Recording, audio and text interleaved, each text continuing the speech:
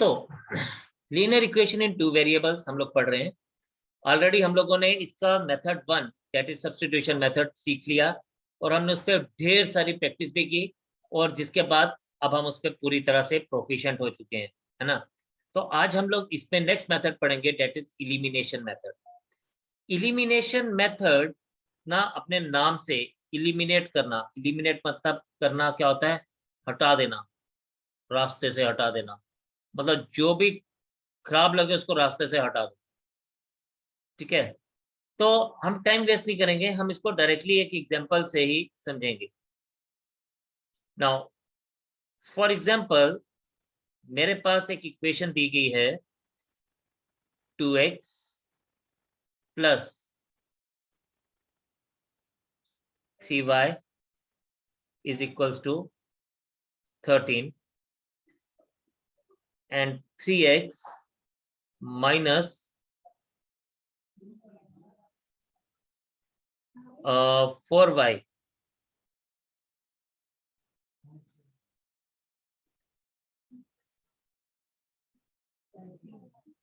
is minus 6. Now this is considered as equation number 1. This is considered as equation number 2. इसमें ना एक बात आपने ना बहुत इंपॉर्टेंट याद रखनी है, हम यहाँ पे या तो x के कोफिशिएंट को सेम बनाएंगे या फिर हम y के कोफिशिएंट्स को सेम बनाएंगे, दोनों में से किसी एक को। कोशिश क्या करनी है, कोशिश आपके पास जो आपको अच्छा लगता है आप उसको कर सकते हैं, बट हम लोग ना यहाँ साइंस का बहुत ध्यान रखते हैं। जैसे अभी यहाँ पे ध्यान से सुनना, ये प्लस और ये माइनस है, तो हम लोग ना y वाले कोफिशिएंट सेम कर देते हैं, ठीक। अब y वाले कोफिशिएंट्स को जब हम ध्यान देंगे तो आप देखें यहाँ पे y का कोफिशिएंट यहाँ पर है 3 और यहाँ पर है 4। तो क्या करेंगे हम y के, अब ध्यान से सुनना, जो सेकंड में y का कोफिशिएंट है अगर हम सेम कर रहे हैं तो उसको फर्स्ट वाली इक्वेशन के साथ मल्टीप्लाई करना है, और जो y का फर्स्ट कोफिशिएंट है उसको हमने सेकंड वाली इक्वेशन के साथ मल्टीप्लाई करना है। बस ये छोटी सी बात हमने ध्यान रखनी है। तो हम इसको लिखेंगे ऐसे, क्या लिखेंगे, मल्टीप्लाइंग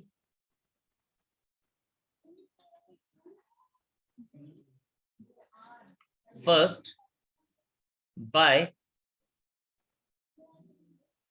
4 एंड सेकंड बाय 3। ध्यान से देखिए, यहां पर फर्स्ट बाय 4 जो मल्टीपल ऑफ जो कोफिशिएंट ऑफ y था हमने उसको फर्स्ट के साथ मल्टीप्लाई किया, और जो मल्टीपल ऑफ जो कोफिशिएंट ऑफ y था फर्स्ट में उसको हमने सेकंड के साथ मल्टीप्लाई किया। और जब ये दोनों अलग अलग साइन किया, देखिए यहाँ पर ये माइनस साइन का है और ऊपर वाला कोफिशिएंट प्लस साइन का है, तो इसको हटाने के लिए क्या करना पड़ेगा, इनको आपस में एक दूसरे के साथ ऐड करना पड़ेगा, क्योंकि दो साइंस जब ऑपोजिट साइन की हो, दो चीजें जब ऑपोजिट साइन की हो तो वो सब्ट्रैक्ट हो जाती है, यानी जीरो हो जाती है। तो हम लोग यहाँ पे क्या करेंगे, अब जब 4 से मल्टीप्लाई कर रहे हैं ना तो ये पूरी की पूरी इक्वेशन मल्टीप्लाई होगी, तो ये बनेगा 4 2 ज़ा 8x plus 12y plus 52, and नीचे जब हम 3 से मल्टीप्लाई करेंगे तो ये आएगा 9x minus 12y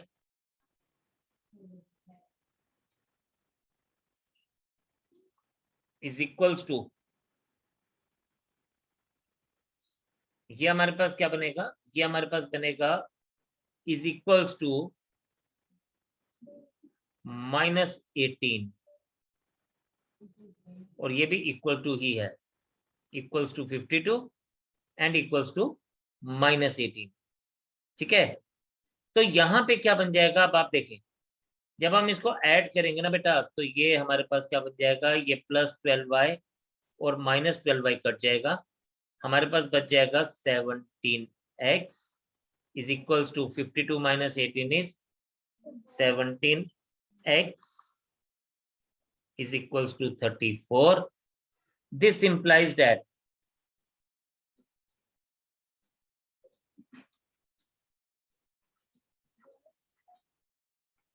this implies that x is equals to 2. अब x की वैल्यू 2 मिल गई, इसको हम सब्स्टिट्यूट करेंगे किसी भी एक इक्वेशन में, कोई फर्क नहीं पड़ेगा इस केस में। उसमें तो हमारे पास बात थी, यहां पर हम कुछ भी कर सकते हैं। तो सब्स्टिट्यूटिंग x इन फर्स्ट,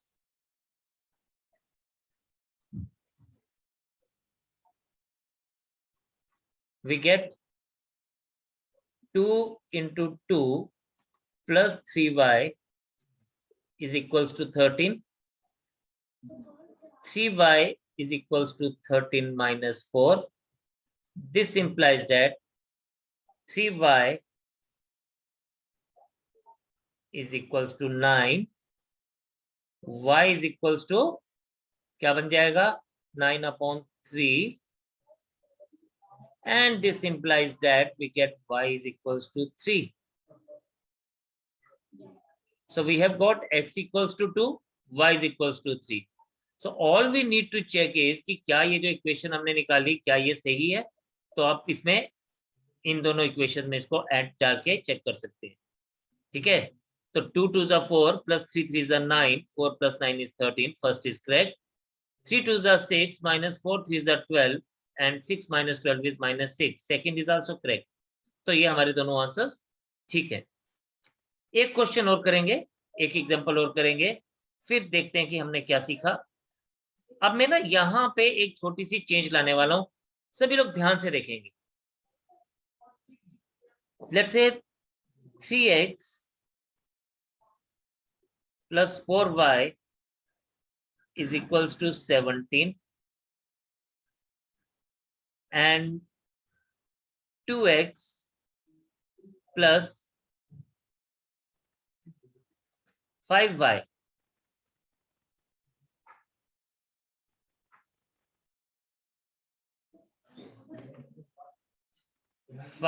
एक सेकेंड, ये 17 नहीं है, दिस इज 19, इसको हम 19 लिखेंगे एंड ये है हमारे पास 22। This is equation number 1, this is equation number 2। अब आप सोच रहे होंगे कि हमने क्या अलग अलग किया, यहाँ पे क्या इसका अलग है ऊपर वाले से। देखें, मैंने यहाँ पे y का साइन जो था वो एक प्लस में था एक माइनस में था, यहाँ पे एक प्लस और एक माइनस है ना जी, लेकिन यहाँ पे दोनों साइंस प्लस के हैं, ये भी प्लस का और ये भी प्लस का, right.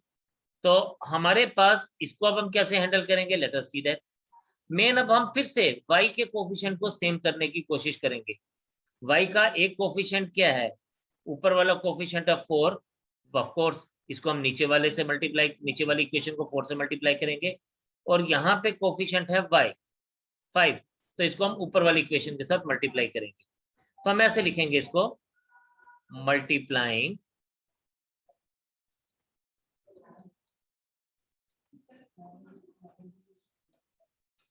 1 by 5 and second by 4 and subtracting, यहाँ पे हमने क्या किया था, सीधा एडिंग कर दिया था, बिकॉज हमारे पास दोनों साइंस अलग अलग थे। अब यहाँ पे दोनों साइन सेम है तो हम सब्ट्रैक्ट करेंगे, subtracting second from first. Multiply करने के बाद हम इसको सब्ट्रैक्ट करेंगे, तो ये क्या बनेगा, देखिए बच्चा यहाँ पे ये बन जाएगा फर्स्ट वाली इक्वेशन किससे मल्टीप्लाई हो रही है, 5 से, तो ये बन जाएगा 15x plus 20y is equals to 19 into 5 95, and नीचे वाली इक्वेशन किससे मल्टीप्लाई हो रही है, 4 से, तो 8x plus 20y is equals to 88। Wow, हमने क्या करना है, सब्ट्रैक्ट करना है, और जब सब्ट्रैक्ट होगा तो ये साइंस चेंज हो जाएंगे, हम सबको पता है। तो यहाँ पे मेरे बच्चे बनेगा ये 20y cancel, 7x is equals to 7 and x is equals to 7/7. This implies that x is equals to 1. We have got this thing, that's really great. चलिए जी, इसी तरह से हम देखते हैं इसका नेक्स्ट y का वैल्यू। y के वैल्यू के लिए हम क्या करते हैं, वी ऑलवेज सब्स्टिट्यूट। तो हम लोग यहां पे लिखेंगे सब्स्टिट्यूटिंग x इन, किसमें, फर्स्ट में कर दीजिए, substituting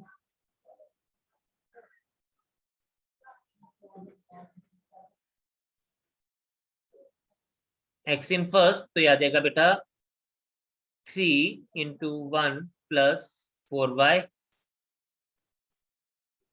is equals to 19. 4y is equals to 19 minus 3. 4y is equals to 16. Y is equals to 16 upon 4 and y is equals to 4. ये और ये कैंसिल हो जाएगा, तो दिस विल गिव यू 4.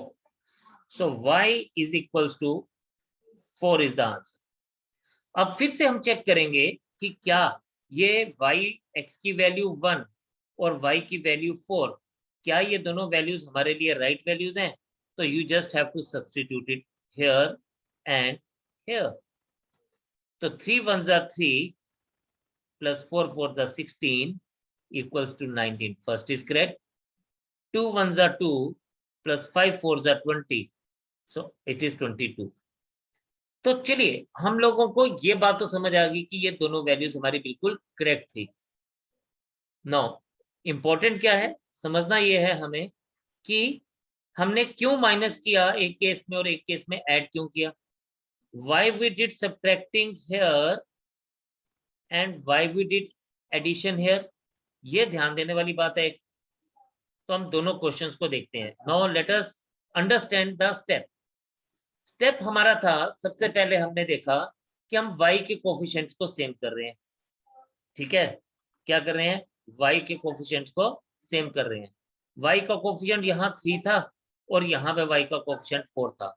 तो पहली बात, इनको अदला बदली कर लेना है, यानी फर्स्ट इक्वेशन के y के कोफिशिएंट को सेकंड के साथ मल्टीप्लाई कर देना है, सेकंड की पूरी इक्वेशन के साथ, और सेकंड कोफिशिएंट जो है y का उसको फर्स्ट इक्वेशन के सारे इक्वेशन के साथ मल्टीप्लाई कर देना। This is our step number 1। इससे क्या होगा, इससे y के कोफिशिएंट्स दोनों जगह पे सेम आ जाएंगे। आप देखें यहाँ पर y के कोफिशिएंट सेम आ गए +12 और यहाँ भी 12 था, सिर्फ अभी कोफिशिएंट्स को देख रहे हैं। और जब हमने इस क्वेश्चन में देखा सेकंड क्वेश्चन में, तो यहाँ पे हमें 20 मिल गया था एंड यहाँ नीचे वाला कोफिशिएंट भी 20 मिल गया था। Now let us come to the third thing. फिर हमने चेक किया कि साइंस क्या थे। साइन, पहले क्वेश्चन में एक वाला y का कोफिशिएंट प्लस था, दूसरा माइनस था, ऑपोजिट साइन के थे। ऑपोजिट साइन के थे तो ऐड करेंगे तो ये कट जाएंगे आपस में, that is why we did adding here. This is important कि हमने ऐड क्यों किया, ऐड इसलिए किया बिकॉज y के दोनों कोफिशिएंट्स ऑपोजिट साइन के थे और यहाँ पर y के दोनों कोफिशिएंट्स सेम साइन के, यानी प्लस प्लस होगा या सिर्फ माइनस माइनस होगा।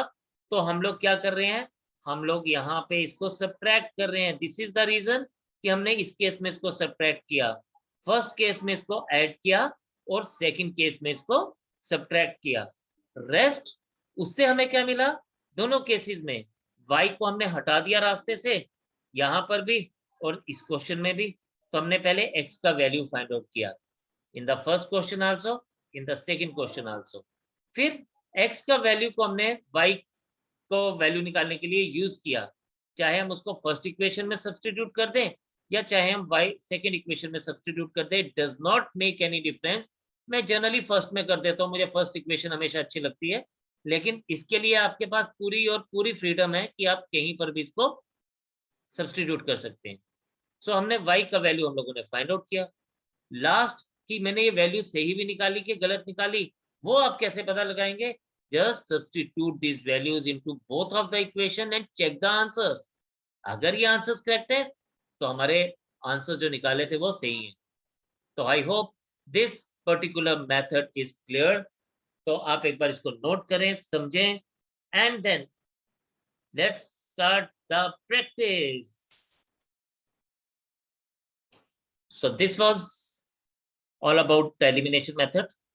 ये दो एग्जांपल से आपको पक्का पता चल गया होगा कि किस तरह से क्वेश्चन को आपने आगे लेके चलना है। तो आज हम इसको यहीं पे रखेंगे, बहुत सारी प्रैक्टिस करेंगे इसके ऊपर, ये आप लोग मुझसे प्रॉमिस करेंगे, and you will be perfect in this. ठीक है, all the very best, see you in the next session, bye bye for now and जय हिंद।